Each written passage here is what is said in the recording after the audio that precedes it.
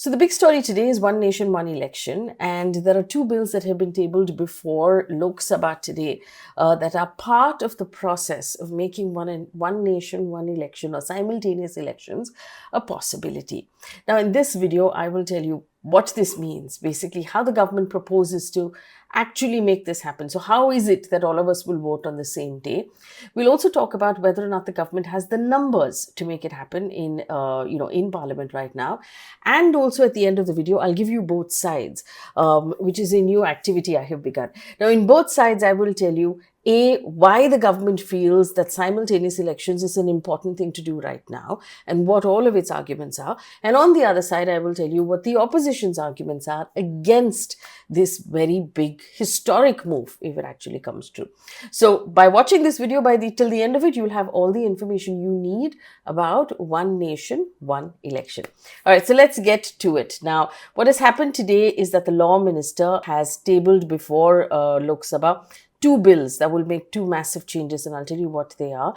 And he basically said that this would be a historic move. Now, what simultaneous elections means is that Lok Sabha, which means your general elections or your national elections, all state government elections and all local body elections, which means every single municipality in every single city, and possibly in the future, all panchayat elections will happen not at the same year, but at the same time. So imagine you go in to vote and you vote for Lok Sabha for your Lok Sabha candidate and for your state assembly candidate and for your local body candidate and in some cases the panchayat candidate instead of the local body candidate, right?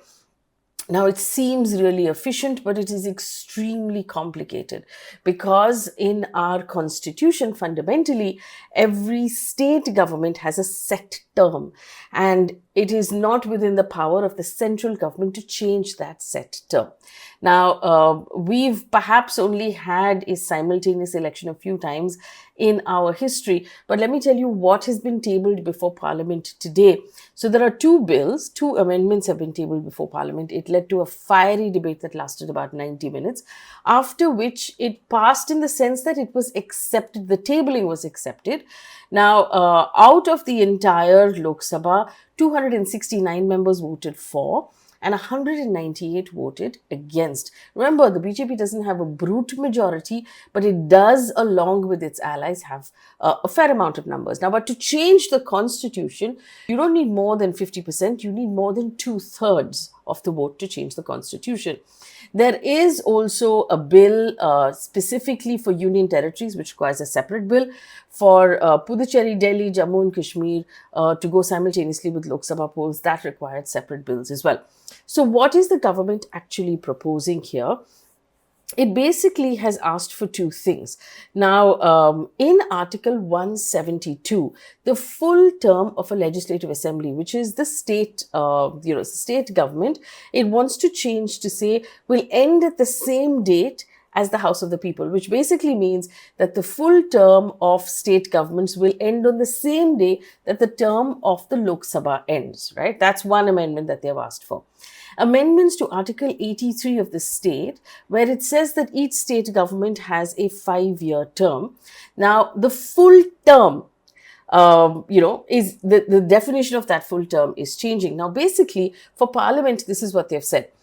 If the House of People dissolved sooner than the expiry of that full term of 5 years, then such a dissolution will then lead to a unexpired term. And so there will be an election for that unexpired term. So, for example, if the government falls, say, from a no confidence motion in the second year out of the 5 years, fresh elections will be held. But those fresh elections will only be valid until the remaining of that term. And then basically everything will dissolve. Everybody will go to election together. So this is what it means. Let's assume there's a state government or a central government in power with a 5-year term. In year 3, that government falls for various reasons.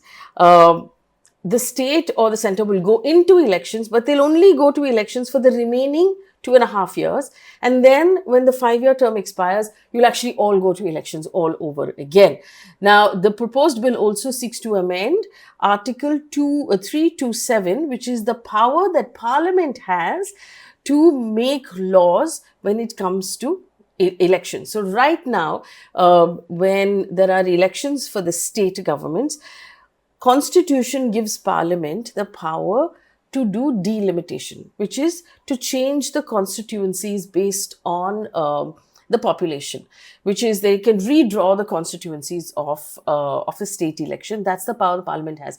They've introduced a new bill to give Parliament more power, allowing it to change the conduct of simultaneous elections. So it's giving itself the power to actually change how those elections are conducted. So now that this has been tabled before Lok Sabha, what happens next?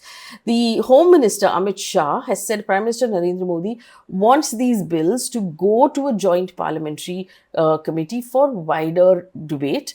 And he's basically said the report of the Joint Parliamentary Committee will be approved by Cabinet and then reintroduced into the House, and it will be debated some more. So this is not something that's going to happen by next week. This is something that's now going to be referred to a Joint Parliamentary Committee, which means a committee that will have members of government and it will have members of opposition, and it will have a chairperson who's normally from the government, and they'll have a discussion. Now, when can this possibly be a reality? If we're talking about the next election, which is 2029, the process has to start now. And it seems hugely complex to actually make it happen because, remember, some state elections have just happened. So they will be at sort of half a term. And there are other states like, for example, Himachal Pradesh, Nagaland, Tripura, Karnataka, Telangana, Madhya Pradesh, Chhattisgarh, Rajasthan, Uttar Pradesh, Gujarat. They will all have like 2 years or less, once elections, are scheduled for 2027. So it's complicated to be able to then bring everybody to a point where everybody's having elections at the same time. But it finally boils down to this. Is it possible? Does the government have the requisite numbers that they need? The answer is no. Because the BJP, as of today, along with its allies, does not have the numbers it needs to alter the constitution. Now, in order to pass these specific bills, you need to have 2/3 majority, which means that you need to have 50% and more to form the government. You need to have 2/3 majority to pass a bill like this. And as of today, like I told you, 269 votes were for, but actually, if they want to pass for 2/3, of the people who are present today, so it depends on how many people have showed up, you will need 307. So as of now, it doesn't have those numbers. The opposition, of course, is accusing the government of trying to divert attention from critical issues and avoiding talking about important things by tabling this bill that they know is impossible to actually pass. Now, there are legal experts still debating that there are portions of the entire process that will need to be approved by state governments also. Does the government have the ability to get all state governments or a majority of state governments to approve? The answer again there is no, because many of the state governments are run by the opposition parties. And so there's a question there as well. Which of the parties are supporting and which are not supporting? Now, remember, there was a committee that was set up by under former President Ramnath Kovind. And he had said that 32 political parties are supporting, 15 are not. Now, of those who are not, are most of the opposition parties led by the Congress Party, the Aam Aadmi, the BSP, the Communist Party. A lot of them were not supporting. The Samajwadi Party, for example, said that if this is, this will be extremely expensive. They also said that state governments, so parties that are state specific, will never be able to compete with national parties for electoral strategy. So there's some research that also shows that, when something like this happens, the national parties with the largest clout and ability to make their message known will actually gain the large amount of space. And so the audience will get, or the voter will get influenced by the biggest message they hear, which will come from the national parties, and they'll sort of just vote in that direction. Smaller parties will get drowned out, and that's one of the arguments that are coming in right now. What is the government saying are the reasons why this should happen? Now, remember, this is something that the Prime Minister has pushed a lot. He has said fundamentally that it will be cost saving to do it all at once, because there's been an argument that India is constantly in election mode one way or the other. The government has also talked about reducing the burden on the administrative setup and the security forces, because it takes a certain amount of administrative juice and security to conduct elections. And most of all, and the biggest argument from the government's point of view, is undeterred implementation of government policies, because you know that you have a clear 5-year term. And so every time an election is called, you have to stop all government work, because you cannot give tenders, you cannot make announcements, you cannot do all of those things for a certain amount of time. And you get a sort of a clear point, like a 5-year runway to do whatever you need to do. And ensuring development work by administrative machinery rather than focusing on continuous campaigning. This has been the Prime Minister's and the government's argument so far.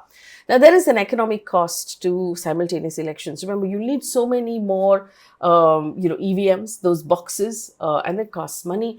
You will need just the structure will have to be that much larger. So there's one calculation, and this one's out of the Economic Times. It says India will have to spend 7,951 crore rupees for simultaneous polls by 2029. Now remember, based on what the government has proposed, you will be spending this amount of money every 5 years.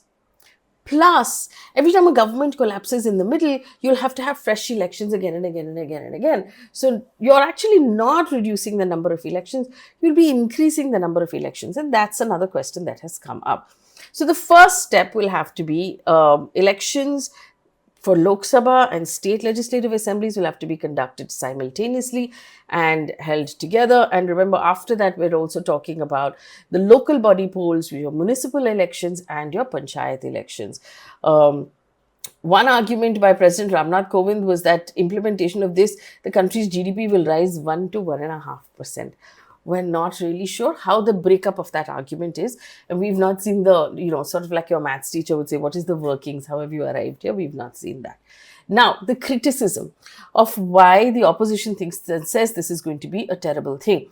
Now, many critics believe that this changes the basic functioning of our democracy, which is that the state governments function independently of the central government. The central government cannot actually make or influence state governments in this manner. Now, implementation of one nation, one election will require more than a dozen constitutional amendments, most of which would not need ratification of state assemblies, but you can't really have a central government that changes everything for, state assemblies like this without their buy-in. So critics argue that simultaneous polls will fix assembly terms and potentially reduce state autonomy to do whatever they need to do. So for example, right now, irrespective of what happens in the central government, if there is a particular party that has won a state election and they've formed the government, they know that they will continue to have autonomy within their state, irrespective of what happens in the center.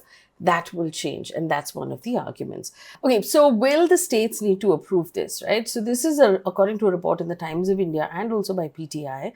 The first one, so the constitutional amendment to hold simultaneous elections together, that is Parliament and the state assemblies together, will not require ratification by at least 50% of the states, according to sources that PTI is quoting. We'll have to see, of course, once this is tabled, what the legal experts are saying. In the constitutional bill to have panchayat elections and municipal elections together with the rest of the country, that will require approval of the state governments, but that has not been tabled right now. Secondly, the Union Territories bill that I talked to you about earlier, that will not require approval of the state government either. That is what we're understanding. Now, in terms of what the opposition is saying, the Congress party has asked for this to go to a joint parliamentary committee, which we understand the government also wants to happen. Manish Tiwari had basically said that it offends one of the essential features of federalism and the structure of our democracy. Samajwadi Party has said this is an attempt to bring in dictatorship into this country. The DMK has argued that the initiative goes against the federal structure. The Trinamool Congress says this undermines state governments and the mandate of the people. So on one hand, what the opposition or state governments are arguing is that this is against the fabric of our democracy. The government, like I told you, is arguing efficiency and saying that this will actually bring in a fair amount of efficiency. But it boils down to parliamentary process.